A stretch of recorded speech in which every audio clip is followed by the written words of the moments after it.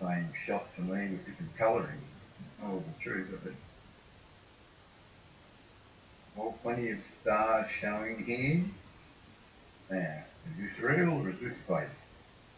And look, it looks like the window symbol of some sort of, or the Ten Commandments idea. And then another way it looks like oil drums. So it's a very interesting little mix of ideas and that little logo.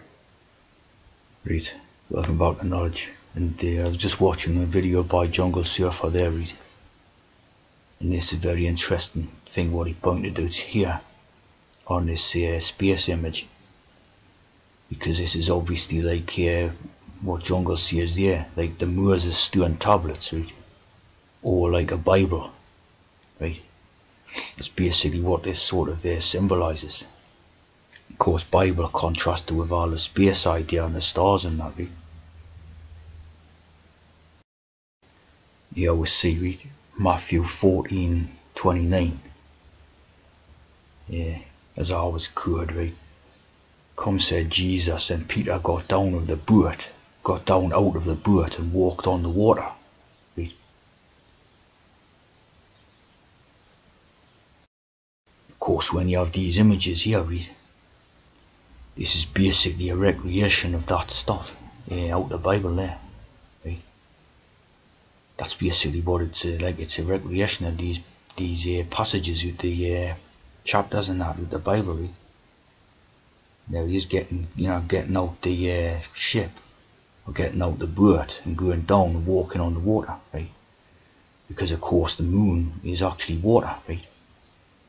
And again, Jungle did a video and that's basically saying about that, and I've done a few videos about it. When we sort of both come to independent conclusions that the moon is just basically a natural water body. Obviously in contrast to the sun, which is a natural fire body and all that. Without those two things, you wouldn't have much life, on Earth, as they call it and all that. You see what I'm saying? They're just natural bodies, what their job and not in nature, see? And, personally, I think that the moon controls rain. You know how obviously when you have the sun, it obviously controls like the heat and the warmth and that. I think that basically the moon creates rain, right? Not to say like it comes out of the clouds, but probably the clouds suck up the moisture with the air, right?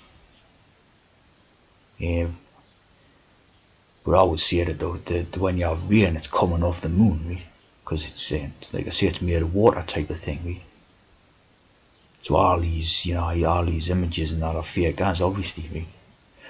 We're trying to implant in people's minds that this moon was made of solid rock. Like the idea of bringing a rock back and all that. Of course, if it's made of water, which crystallizes into ice, you can't bring back a lump of rock, because if you try to chipping a piece off, it would be a lump of ice. You bring it back, it would melt before you got back down to Earth. What they call Earth, right? Of course, stuff like this, right? But there's a sort of Red Sea idea in as well, right? In a comparison with the Moses, the parting of the waves, right, and walking on dry land. Again, it's basically the inspiration for this moon hex. Because obviously the Moses story, the sea part, and he walked on dry land through the middle of the sea. Right? Again, this is the idea of walking on dry where it's actually wet type of thing. Right?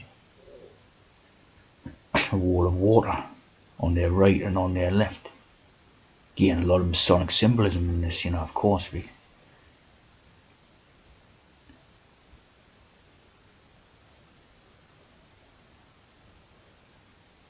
Waters have come up to my neck.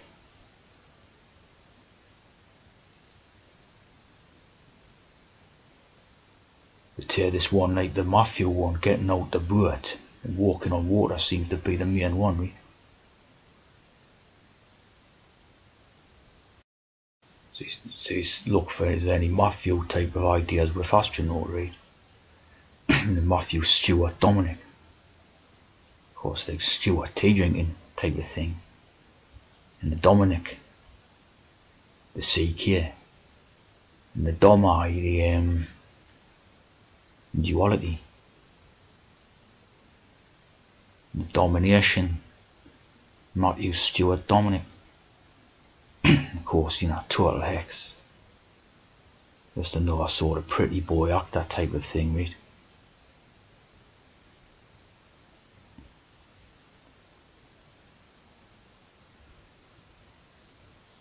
Hurricane Matthew Matthias Maurer, the German European Space Agency. Maurer, of course, is Mason. Right? The Fry Maurers. Matthias.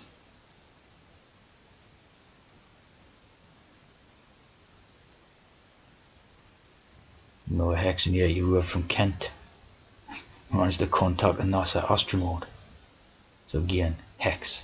Of course, this International Space Station is a total hex. From a television station, innit? Filmed in the TV studio. Again, here's your Peter walks on water. Right? Getting down out of the boat and walking on the water. Then there's the when he saw Jesus, there's the inspiration for an astronaut type of idea, see? When he saw Jesus walking on the moon and that. Lord save me, see? Beginning to sink. So it was the sort of faith of the Air Lord that supposedly allowed these astronauts to walk about on the moon. You see what I mean? That's what that's the basis of the hex. 33. Those who were in the boat. It's an faith, an inspirational tale of faith, see? Walking on the moon. Right? Of course, you have the blind faith idea, of course.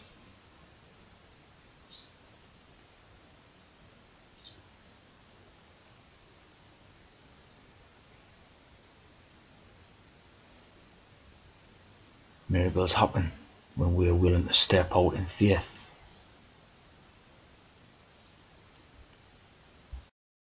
Interesting, you have a blind faith, British supergroup, which was Eric Clapton, Steve Winwood and all that.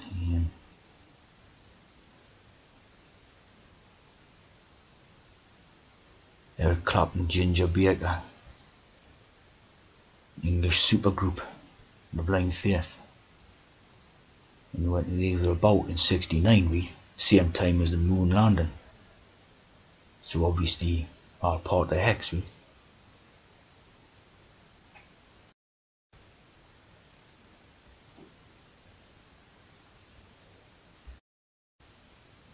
See that here during the summer of the first Apollo moon landings, hex, right?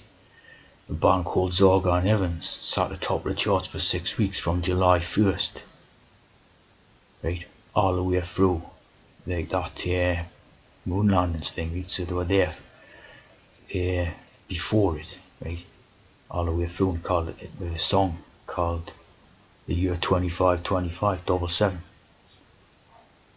So 100% credit. Of course, plenty of 6 and 7, right? Plenty of 6 and 7 all over. Exordium and terminus, the beginning and the end, right? Terminus, final point in space or time, and end. And there's a pillar mentioned there. Boundary marker. The beginning. Or X out. X out as in excise or exorcise, get them out type of thing, right? So you know what this was about, especially in relation to Apollo 11, right? So Apollo 11 twin pillars, right? Of course we saw the same thing in 9/11, right? the twin pillars idea.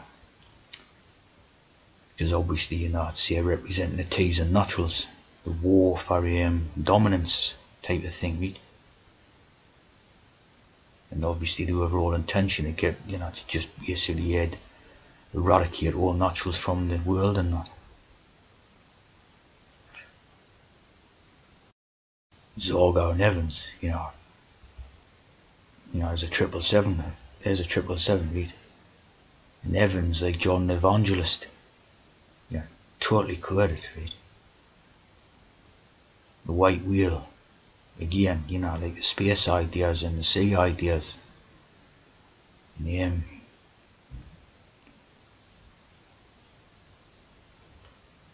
of course,